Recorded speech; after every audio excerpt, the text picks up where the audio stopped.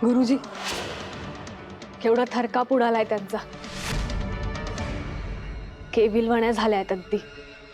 काळूबाईचं नाव घेणं थांबवत नाहीत ना त्या.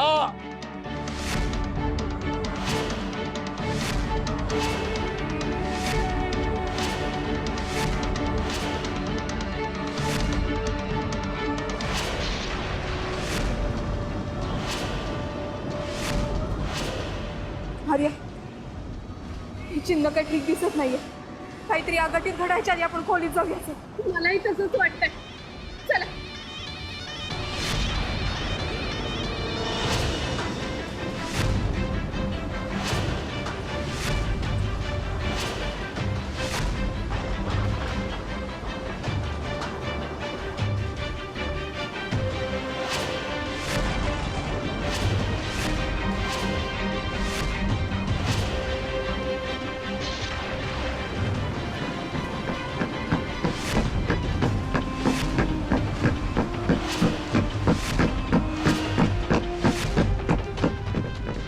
पावलांचा आवाज येतो. केवढा मोठा आवाज आहे हो. मला लई भीती वाटायला लागली.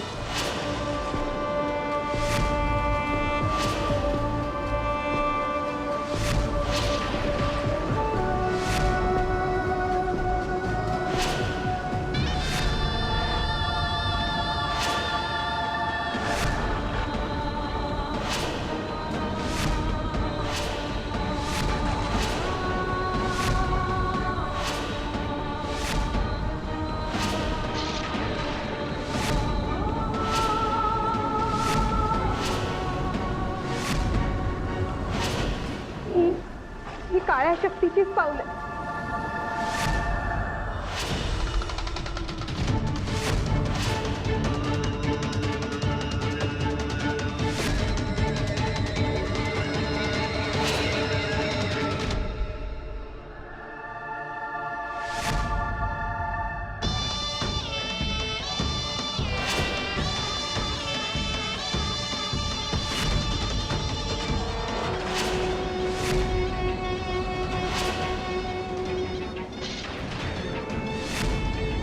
काकू, आपल्याला लवकर काळूबाई जवळ जायला हवं. चल.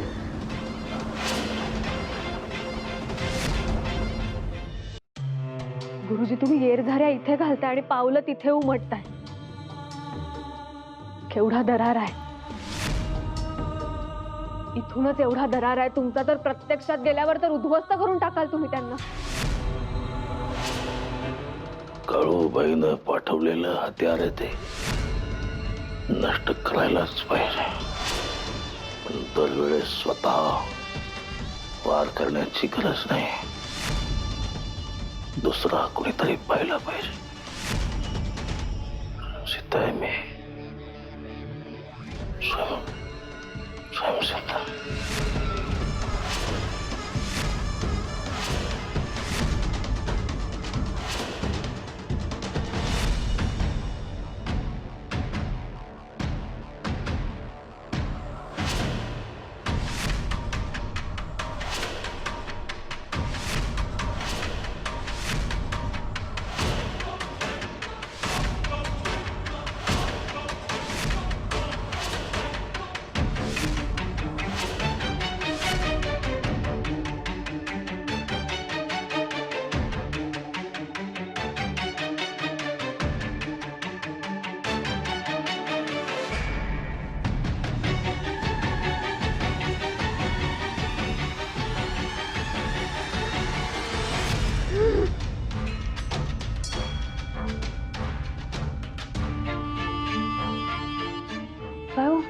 काय झालं?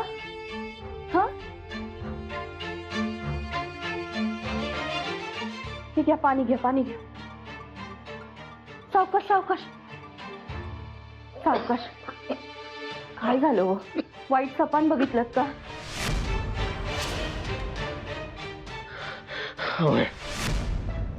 आम्ही आमचं मरण पाहिलं.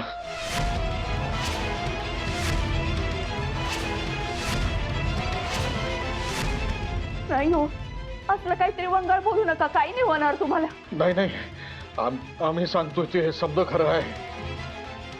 जे सपान पाहिलं ते अगदी खरं असल्यासारखंच वाटलं आम्हाला. आम्ही आपल्या गच्चीवरच्या टाकीच्या टोकाशीही उभे होतो. म्हणजे मिलिंद जिथं होता तिथं?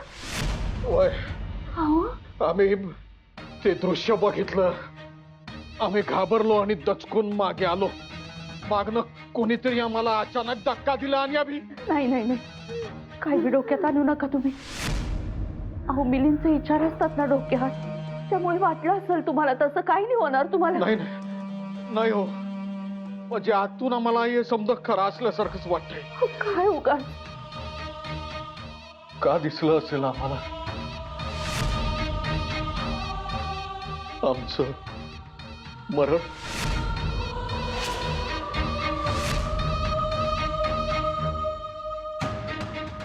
का?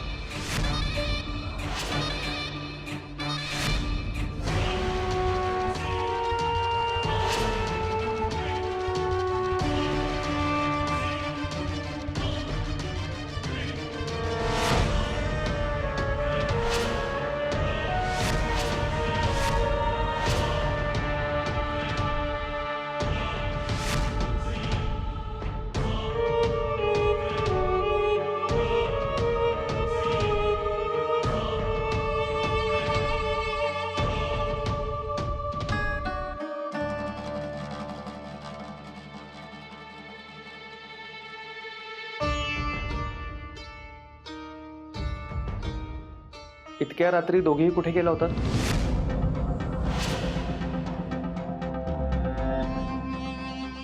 आणि तुम्ही दोघेही घाबरल्या का? काय झालंय? नाही अरे, ते ना मला अस्वस्थ वाटत होतं ना, म्हणून मी काकूंना गार्डन मध्ये फेऱ्या मारायला घेऊन गेले होते. पण अचानक कसला तरी आवाज झाला आणि आम्ही घाबरलो म्हणून. बर, खोटं बोलतेस हे कळतंय मला, दिसतंय तुझ्या चेहऱ्यावर. मग काय झालं? राहू देत की बाबा, तू जा, जाऊन झोप जा. एक मिनिट, मला सांगा, नाही तर मी बाहेर जाऊन बघेन. नाही, नको. तू कुठे? नाही, तू ज्या अर्थी सांगत नाहीयेस ना, त्या अर्थी नक्कीच काहीतरी सिरियस झालं.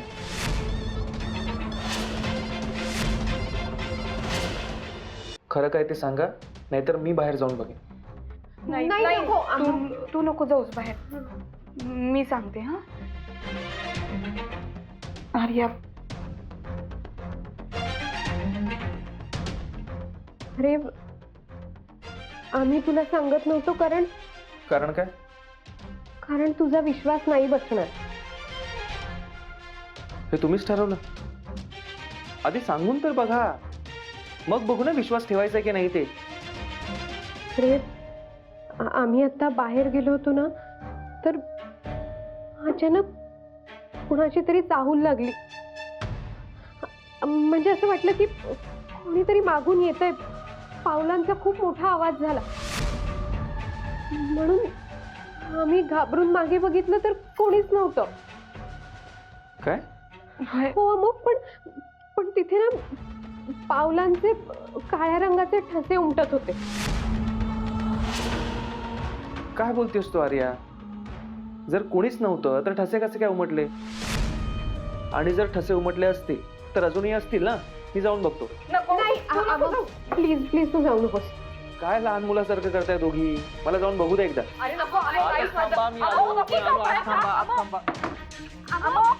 अमोग ऐक ना, अमोग अमोग.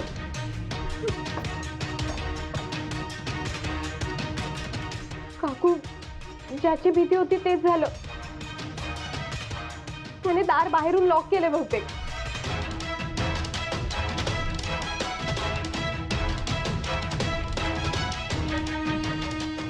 काय झालं आर्या? काकू काय?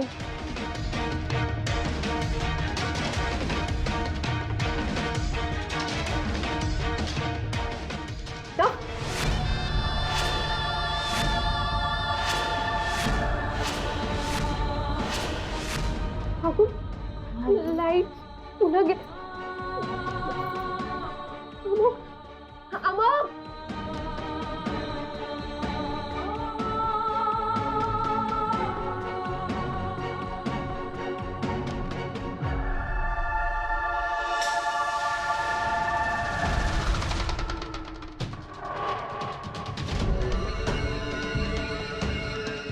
कळूबाई, आलोय मी. या 15 दिवसात माझी शक्ती अफाट वाढली आहे.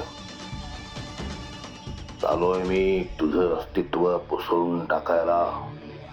पुन्हा एकदा इथे माझी सत्ता स्थापित होणार. सिद्ध आहे मी, स्वयंसिद्ध.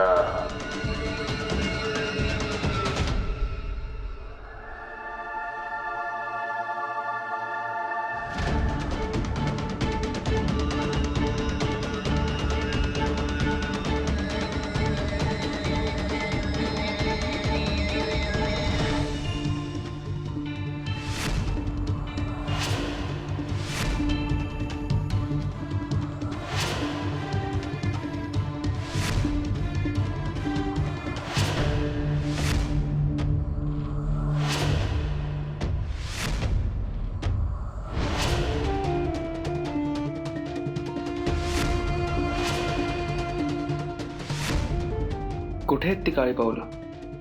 कुठेच दिसत नाहीये. पण त्या कशाला खोटं बोलतील? की भास झाला असेल त्यांना? काहीच कळत नाहीये.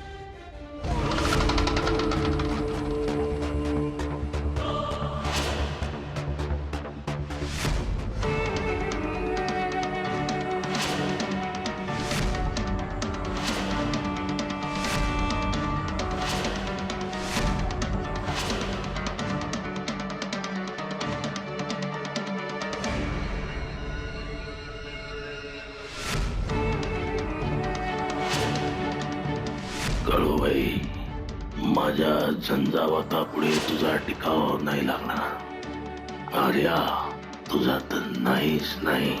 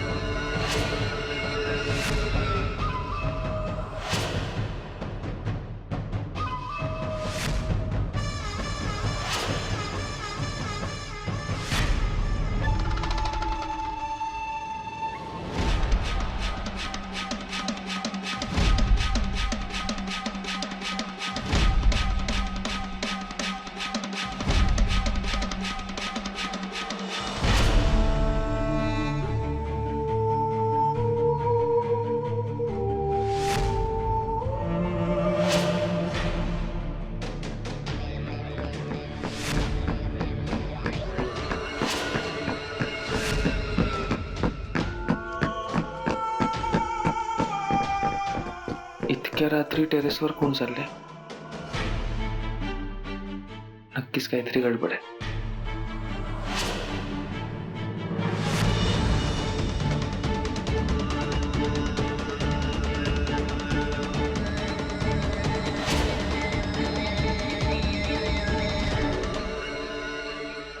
अडकत राहा, असाच माझ्या जाळ्यात अलगद अडकत राहा.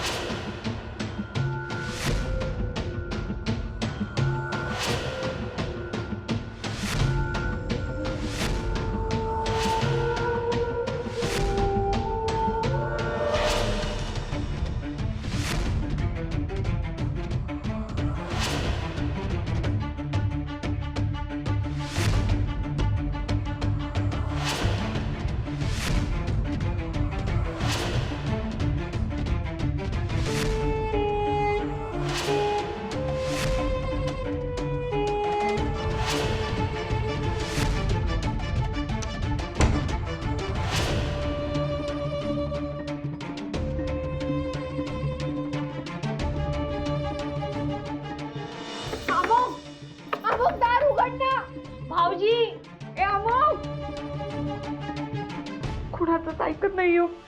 आई तूच वाचव ग बाई.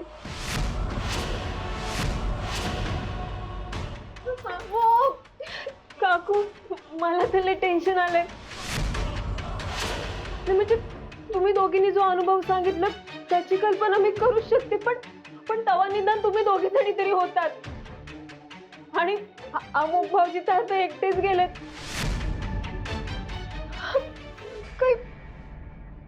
काही विपरीत घडलं म्हणजे नाही नाही नाही, असं काय बी होणार नाही. अमुकला काय बी होणार नाही.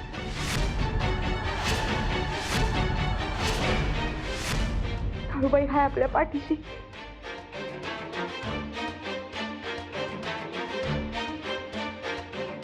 अमुक जाऊ नको म्हटलं होतं तरी एकटा गेला. अमुक दार उघड ना भाऊजी.